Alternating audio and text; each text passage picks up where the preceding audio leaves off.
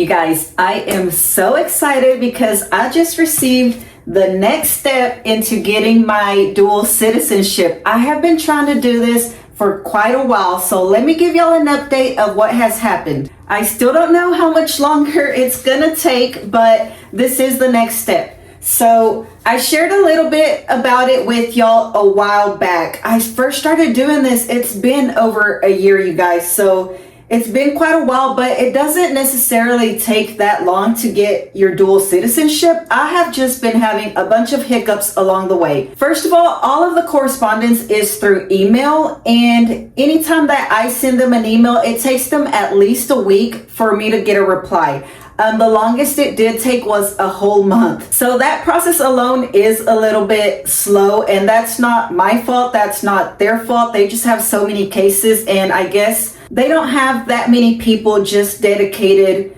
to your case alone. Like one person is working on several cases and responding to all of these emails. I knew it was going to be a process. I didn't really think it was going to take that long, but that's what it is. So my problem was, and this is just me personally, my problem was I was trying to do my dual citizenship with only my mother's information because I didn't have much contact with my dad. So I wasn't able to get like his birth certificate and things like that they needed. So I was emailing them and I asked them, and they said that that's fine, that I can do it with just my mother's information. So that's what I thought we were doing.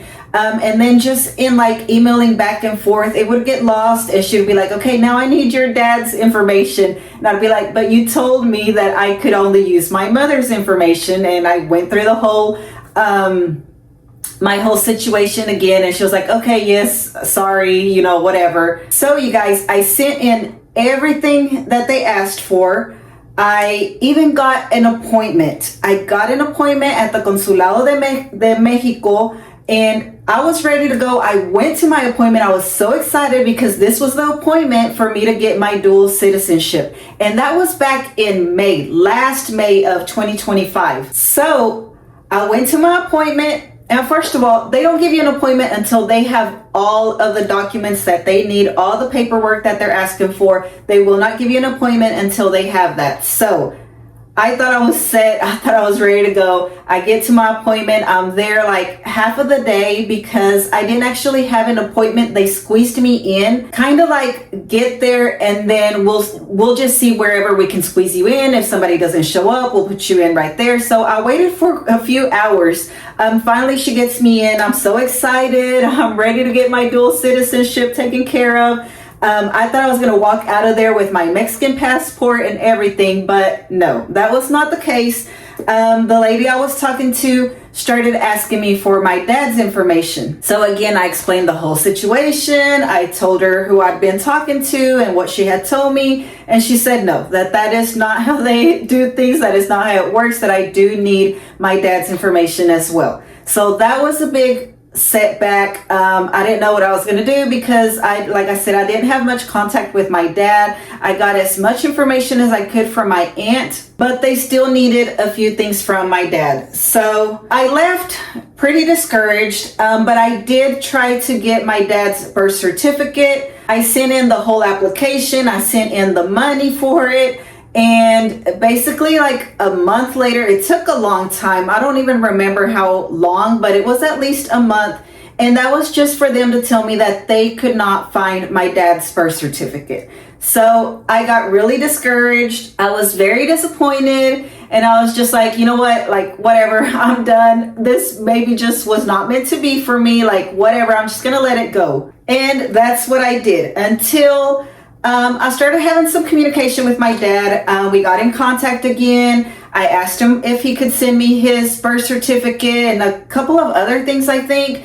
And he was able to do that. He sent me a PDF and everything. And then, so again, here I have everything I need now, right? I have all of the documents that I'm needing from my dad now. So I go through the whole process again of sending all of these documents, emailing back and forth. And then the last email that I get says that my birth certificate and my dad's birth certificate do not match. I had never noticed, I guess I never paid attention to it, My dad is an American citizen. He was born in Texas in Eagle Pass. My birth certificate says my dad is born in Mexico. So that was a huge setback because these birth certificates have to match. So I need to get it corrected in order for them to be able to use this. So again, it took me a little bit because I was just so down about it. Like, it takes me a while to be like, okay, let's do this, you know? Because my first reaction is just like, okay, I'm done. Like, I don't want to deal with this anymore. It's too much work. But I ended up going to the courthouse. I asked for my dad's original birth certificate because I found out that I'm actually able to request that as his daughter. So I got his birth certificate, like an original copy of it. But it is a short form. So I don't know if they'll accept that or if they'll just accept the copy that my dad sent me. I'm not very sure on that because the website for the Consulado de Mexico for the dual citizenship does say that you need original copies. But when I did go to my first appointment, she was not asking for that. She had already made copies herself of all the documents that I had sent in. Or I don't know if I just didn't get to that part, but I do have his original birth certificate. Another thing that they were asking for this time that they didn't ask for before was my marriage license from my last marriage, not my husband now, but from my ex-husband. So I went to the courthouse and I went ahead and asked for that. So I have that marriage license, which they had not asked for that the first time around. But now I have that, and I went ahead and sent them the final divorce decree just in case, because anytime that I've had to like kind of show where the name change is from like Councilman to Davila, I've had to show the final divorce decree. So I have that also. And I asked for the application to get my birth certificate corrected. And for that, they don't do it right there at the courthouse. I did have to fill out an application, and that has to be sent out to Austin, Texas, which I already did. I sent it out to Austin, Texas. I had to have it notarized. I had to send in payments. I think it ended up being like $170 total to overnight it to them and for them to be able to also overnight it to me, plus all the fees and everything. So I did all of that. I sent it in. I also had to send in supporting documents and they had to accept it. So I didn't know if my application would even be accepted. I was honestly preparing for the worst. I have been such a pessimist with this, you guys. I'm not even gonna lie. But I was ready for them to tell me, no, we can't change this. You didn't prove that that is your dad. You didn't prove that that's his actual birth certificate, or you didn't, whatever. But it did. It got accepted. And that's what I just received, you guys. I received my new birth certificate with the amended part on it, certified by the state of Texas. The state of Texas seal is on it, so it is original now. I don't know, I guess I can't show y'all, but it does show it's a new form. My old birth certificate was just small. It was like a little small birth certificate, one that I have not seen before. Like, none of the ones that my kids have look like that, but I guess those were like the older ones. So they did put like what my original birth certificate looked like, and then down here it says the amended part, and it says that it's been changed. My father's birthplace has been changed from from Mexico to Texas. So I do believe that I now have everything that they need. I can't think of anything else that they might need. I have all of my mother's information, her passport, her birth certificate, her marriage license from her and my dad. And well, let me tell you what all I am sending. I'm sending my ID, my birth certificate, my marriage license to my husband now, my marriage license to my ex-husband, my final divorce decree from my ex-husband, my mother's ID, my mother's birth certificate, my mother's marriage license, the marriage license between her and my father's birth certificate, and my father's ID. I think that is it. I think that's all I everything that they were asking for. I have sent everything that they were asking for. I already made all the copies. I put it all in the PDF. You have to send it combine all of the PDFs into one and send it that way. So I did all of that. I'm making 2 copies. They asked on the website, it says that you need to take 2 copies plus the originals of all the documents that you have sent in. So I'm doing that. I've been doing that. I have 2 sets of copies here. I still have a couple more to do, but I just wanted to come and give y'all the update because I am so excited. I really hope that this is the last thing that they need. I did already email them everything, but like I said, just the emailing back and forth, that takes a while. So I'm expecting at least a week before I hear anything back. And hopefully, the email that I receive is to give me my next appointment so that I can get this dual citizenship. And as soon as I do that, you guys, I will let y'all know how that is going. Like I said, it really shouldn't have been this long of a process. I've been doing it for over a year, but that's just because I've been taking breaks in between because I get so discouraged that it makes me just want to give up and be like, okay, this is not for me. Plus the hiccups that I had, which was not having my dad's information because of no communication with him.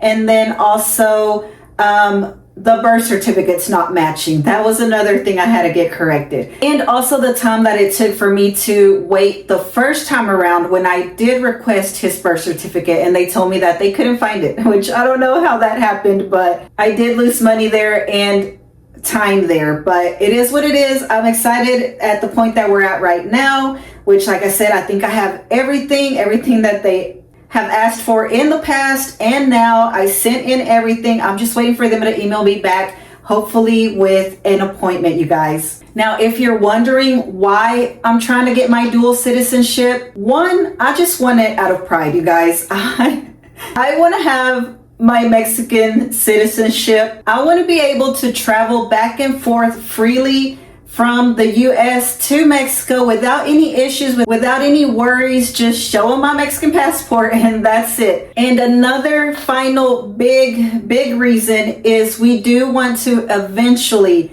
move to Mexico. Now, I'm not going to be making any moving to Mexico videos soon. I do hope and pray that one day I will be making those videos. But right now our priority is Jaden. I have a 17-year-old son. He's in his junior year right now. So next year, or rather this year, August 2026, he will be starting his senior year. And that is our priority right now. If he was a little younger, if he was in elementary school, we would make the move with him because it is easier for kids to adapt. But we will not make him leave during his senior year or any time from now until he starts his senior year and make him make that big drastic change. I don't think he would adapt in Mexico at this age, you guys. He has all of his friends here, his life here. He's never even visited Mexico, so he doesn't even know Mexico. This is all he knows, and this is where he's happy, and I want to make sure that he's happy and that he at least graduates high school here where he has gone his whole life to school. And once he graduates, which is May 20th, 2027, we will reevaluate where we're at, what he's doing, what his plans are, what our plans are. And who knows, that might be, I'm praying, I am putting it out there in the universe. I am, manifesting it, that maybe at that time, May 20th, 2027, after his graduation, that we will be doing the getting ready to move to Mexico videos. But I am very aware, you guys, that life just happens. Unexpected things just happen. You don't know where life is going to take you. You don't know what's going to happen. So in the meantime, we will still just keep on doing life here, keep on enjoying our life, and just making the best of every situation and whatever life throws at us. So that is it, you guys, for this update. If you have any questions, let me know. I will answer them as best as I know. I don't know very much of this. Mine process, like I said, I think everybody's process is very unique to their situation. This has just been my situation. But I do hope that if anybody is looking for some guidance or what it looks like, what the process may look like, I hope that this video might help a little bit in answering some of those questions. So if you haven't already, please like and subscribe, and I will see y'all in the next one. Bye, y'all.